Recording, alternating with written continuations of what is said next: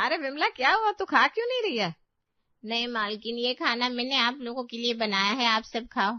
आप तो बस मुझे आज थोड़ा जल्दी जाने दो। जल्दी जाना है? क्यों? आती लेट हो और जाना तुम्हें जल्दी होता है।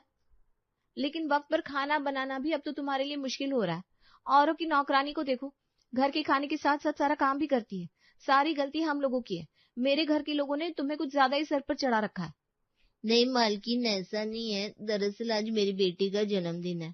आज वो 8 साल की हो गई है। कह रही थी शाम को मैं जल्दी आ जाऊं, वो भी केक लेकर। अब 8 तो बज चुके हैं। मैंने खाना बना दिया, एक केक लेकर घर जाना है। लेट हो जाएगा, मेरी बेटी इंतजार कर रही होगी ना। अरे विमला, आज तुम्हारी बेटी का जन्मदिन है और तुमने हमें बताया भी नहीं। अब तो हम तुम्हें खाली हाथ नहीं जाने देंगे। तुम मेरे साथ चलो, मैं तुम्हें तुम्हारी बेटी के लिए शॉपिंग करवा कर आता हूँ।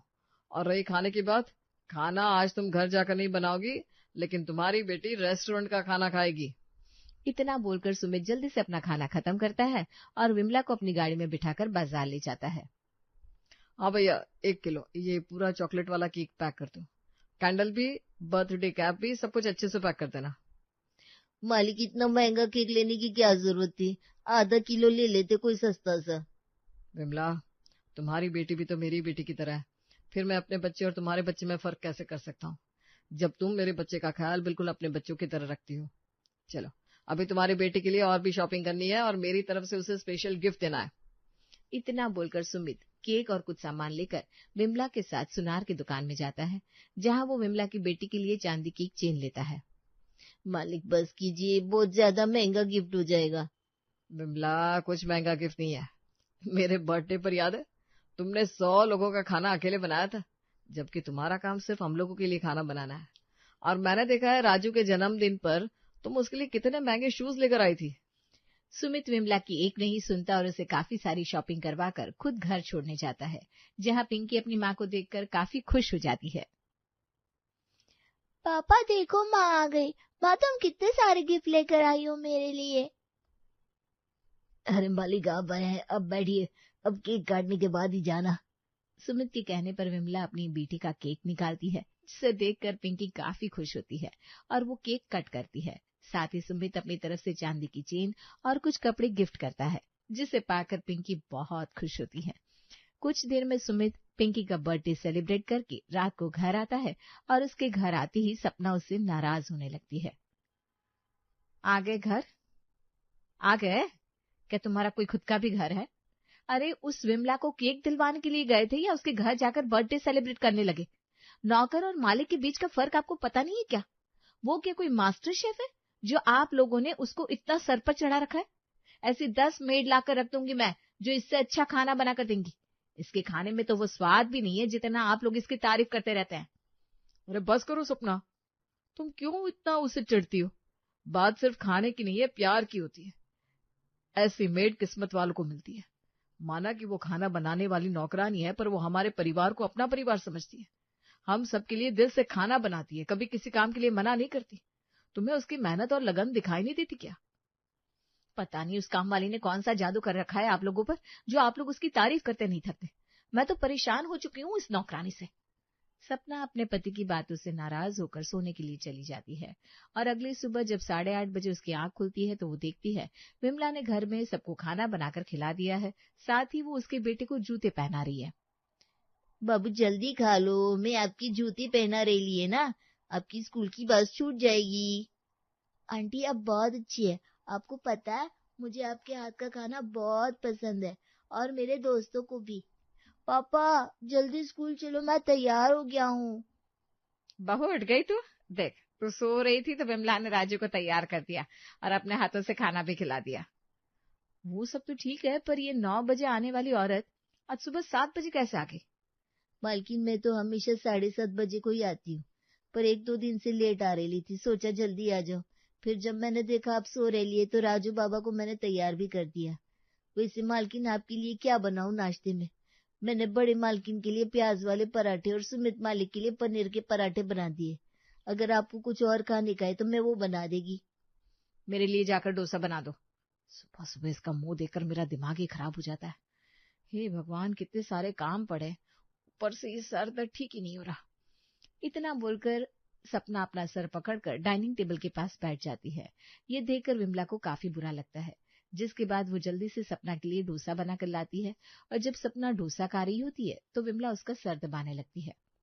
मालकिन, हो जाता है कभी कभी सर में दर्द, पर मैं आपकी सर की ना अच्छे से चंपी कर देगी, फिर देखना आपके सर का दर्द कैसे गुल होता है। आप बस आराम से खाना खा लो। और ये घर के कामों की बात, 3 वक्त का खाना ही तो बनाना होता है मेरे को। आज मैं दूसरी मालकिन के घर नहीं जाने वाली, क्योंकि उनका पूरा परिवार छुट्टियों पर गया है, तो आज घर का काम भी मैं ही कर देगी। देख लिया बहू, विमला कितनी मेहनती और अच्छी है, हम लोगों के बारे में कितना सोचती है। होगी कोई ऐसी नौकरानी जो खाने के साथ घर का काम भी संभाल ले। नौकरानी की तारीफ सुनकर एक बार फिर सपना का मुंह बन जाता है और वो कमरे में जाकर आराम करती है। तो वहीं विमला घर के सारे काम करती है। कुछ ही देर में सपना की दोस्त का फोन आता है और वो अपने दोस्त से बात करते हुए अपनी नौकरानी की बुराई करती है। अरे यार ठीक है, समय पर आती है, खाना बनाती है और चली जाती है, पर मेरे घर की जो मेड है ना, वो किसी मास्टर शेफ से कम नहीं है। मेरे घर वाले उसी के हाथ का खाना पसंद करते हैं। अगर एक दिन वो ना आए तो पूरा दिन बस घर में उसी की चर्चा होती है। मैं तो परेशान हो गई हूँ। मैं तो चाहती हूँ इसको निकाल कर कोई दूसरी नौकरानी रख लूं। यार सपना, बड़ी मुश्किल से ना ऐसी टिकाऊ नौकरानी मिलती है, पर अगर तुझे उसे घर से निकालना है तो कुछ जुगाड़ लगा ले। वैसे भी मेरा मानना तो यह है कि घर के नौकरों को बदलते रहना चाहिए। अपने दोस्त से बात करके अब सपना भी अपने घर की नौकरानी को बदलने की सोचती है और उसे निकालने के पीछे पड़ जाती है। अब विमला जो भी काम करती, सपना उसमें कमियां निकालती। मालकिन, आज मैं खाने में पूरी पनीर, छोले भटूरे और सलाद काट के रख दिया है। मेरी बेटी की तबीयत ठीक नहीं है, मुझे घर थोड़ा जल्दी जाना है। अरे बेटा, तूने हमें पहले क्यों नहीं बताया कि तेरी बेटी की तबीयत ठीक नहीं है? कोई बात नहीं, तू आराम से घर जा और ये कुछ पैसे रख ले, दवाई के काम आएंगे। क्यों पैसे रख ले माँ जी? और आए दिन इसके घर में कोई ना कोई प्रॉब्लम होती रहती है। काम नहीं करना तो साफ साफ बोल दो ना, क्यों बार बार बेटी का बहाना लगाती रहती हो? और तुम्हें तुम्हारी पूरी सैलरी हम समय से पहले दे देते हैं ना, तो फिर माँ जी जो तुम्हें पैसे दे रही है वो तुम कैसे ले सकती हो? और हमें खाना देकर ही तुम जाओगी। 7 बजे खाना बनाकर रख दिया है ना तुमने। जानती हो कि 8 बजे रात को खाना खाते, 1 घंटे में खाना ठंडा नहीं हो जाएगा क्या? मालकिन, मेरी बेटी की तबीयत खराब है और मेरे को अपनी सैलरी से ज्यादा पैसे नहीं चाहिए। बड़ी मालकिन, आप अपने पैसे रख लीजिए, बस मेरे को जाने दीजिए। बाबू, ये क्या बदतमीजी है? कोई बात नहीं विमला, तुम घर जाओ और अगर कल तुम्हारी बेटी की तबीयत ठीक ना हो तो मत आना, और हमें फोन जरूर करना अगर तुम्हें मदद की जरूरत हो तो। विमला की बेटी की तबीयत खराब होने के बाद भी सभी के लिए खाना बनाकर वो वहां से जाती है। अगले दिन विमला काम पर नहीं आ पाई और जब वो नहीं आती तो सपना को काफी अच्छा लगता है और वो अपनी सास के साथ बाजार जाती है, जहाँ रास्ते में उससे पड़ोसन दिखती है। क्या बात है आशा बहन, आज अपनी बहू के साथ खुद बाजार जा रही हो? तुम्हारी नौकरानी कहाँ गई? अरे भाई, उसकी बेटी की तबीयत ठीक नहीं थी, इसलिए वो 2 दिन की छुट्टी पर है। अरे बहन, तुम्हारी नौकरानी के तो ड्रामा खत्म ही नहीं होते। तुम नौकरानी बदल क्यों नहीं लेती? मेरे घर में तो खाना बनाने की अलग, झाड़ू पोछा करने की अलग नौकरानी। अलग नौकरानी रखने से फायदा है। कहो तो मैं लगवा दूं तुम्हारे घर कोई नई नौकरानी। अरे नहीं नहीं शांति बहन, हमें तो हमारी ही मेड का हाथ का खाना पसंद है, उसके अलावा हमें कहीं का खाना पसंद नहीं। हमें अभी जरूरत नहीं है। कैसे जरूरत नहीं है माँ जी? आपको दिखाई नहीं दे रहा? विमला हमारे कितना सर चढ़ गई है। हम लोगों ने कुछ ज्यादा उसको सर पर चढ़ा लिया है। और ये खाने की बात, तो वो कोई मास्टर शेफ नहीं है और ना ही मास्टर शेफ की तरह खाना बनाती है। अरे कभी दूसरे नौकरानी के हाथ का खाना टेस्ट करो। आने दो इस बार उसे, उसका हिसाब करके निकाल ही दूंगी मैं। सपना की इस बात से आशा को बहुत बुरा लगता है। कुछ ही देर में वो दोनों सास बहू सब्जी लेकर घर आती है और जब इस बारे में सुमित को पता चलता है तो वो सपना को समझाने की कोशिश करता है, पर सपना किसी की नहीं सुनती। और 2 दिन बाद जब विमला खाना बनाने के लिए सुबह सुबह घर आती है और रसोई में जाती है तो सपना रसोई में जाकर उसका हाथ पकड़कर हॉल में ले आती है और उससे कहती है, अब से तुम्हें हमारे घर में खाना बनाने की कोई जरूरत नहीं है। मैंने नई नौकरानी रख ली है, वो बस आती होगी। मैंने तुम्हारा हिसाब कर दिया है, अपने पैसे लो और जाओ यहाँ से। मालकिन, मेरे से कोई गलती हो गई क्या? खाना खराब बनता है क्या?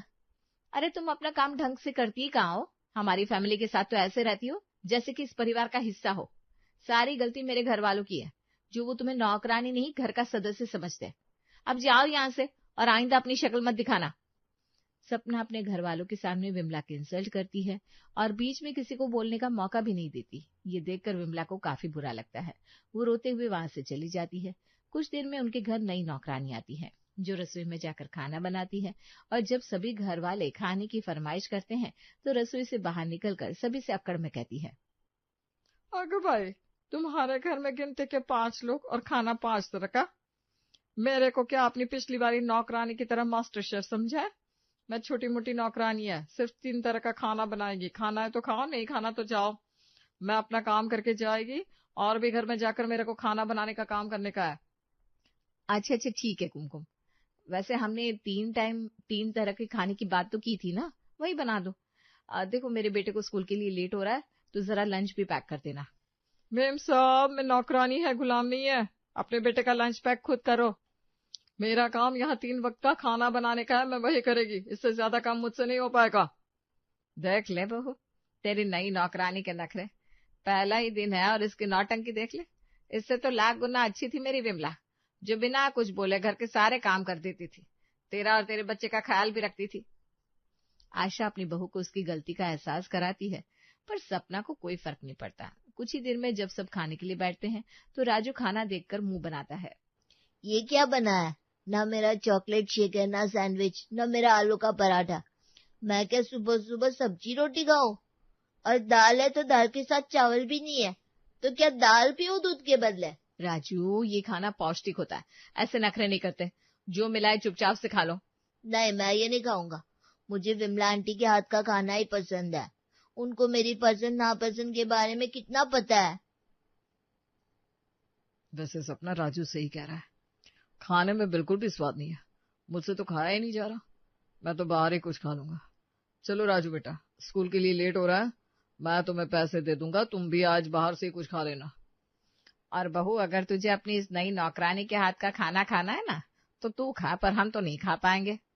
घर में किसी को भी कुमकुम के हाथ का खाना पसंद नहीं आता, यहाँ तक कि सपना को भी नहीं, जिस वजह से वो सारा खाना फेंक देती है और रात में खुद खाना बनाती है। पर रात में भी किसी को सपना के हाथ का खाना कुछ खास पसंद नहीं आता। बहू, तूने सब्जी में कितनी मिर्च डाल दी है, लगता है तू खाना बनाना भूल गई है। मम्मा, तुमने कैसे पराठे बनाए? आलू एक तरफ, आटा एक तरफ, इस पे बटर भी नहीं लगा। बस बहुत हो गया, मैं बहुत अच्छे से जानती हूँ आप सब खाने में इतनी कमियां क्यों निकाल रहे हैं। अगर आप लोगों को ये लगता है कि आप लोगों की इस हरकत से मैं उस विमला को वापस बुला लूंगी तो ऐसा कभी नहीं होगा। अब से आप लोगों को मेरे हाथ का खाना ही खाना होगा। आई बात समझ में? सपना सभी को डांट लगाती है, जिसके बाद सब चुपचाप खाना खाकर सोने के लिए चले जाते हैं।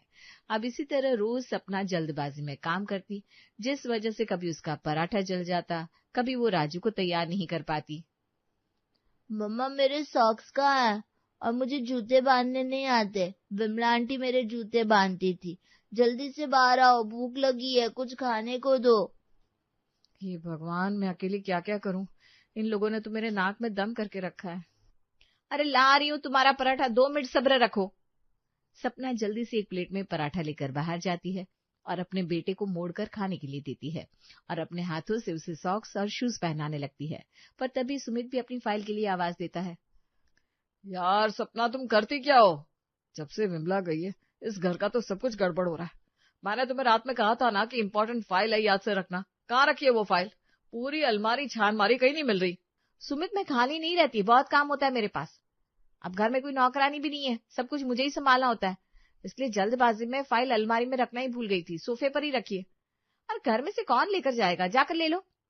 सपना सब कुछ इतनी जल्दबाजी में कर रही थी कि वो अपने पति और बेटे को टिफिन देना ही भूल जाती है, जिस वजह से वे लोग ऑफिस और स्कूल में भूखे रह जाते हैं और रात को भूखे घर आते हैं और देखते हैं अब तक खाना नहीं बना।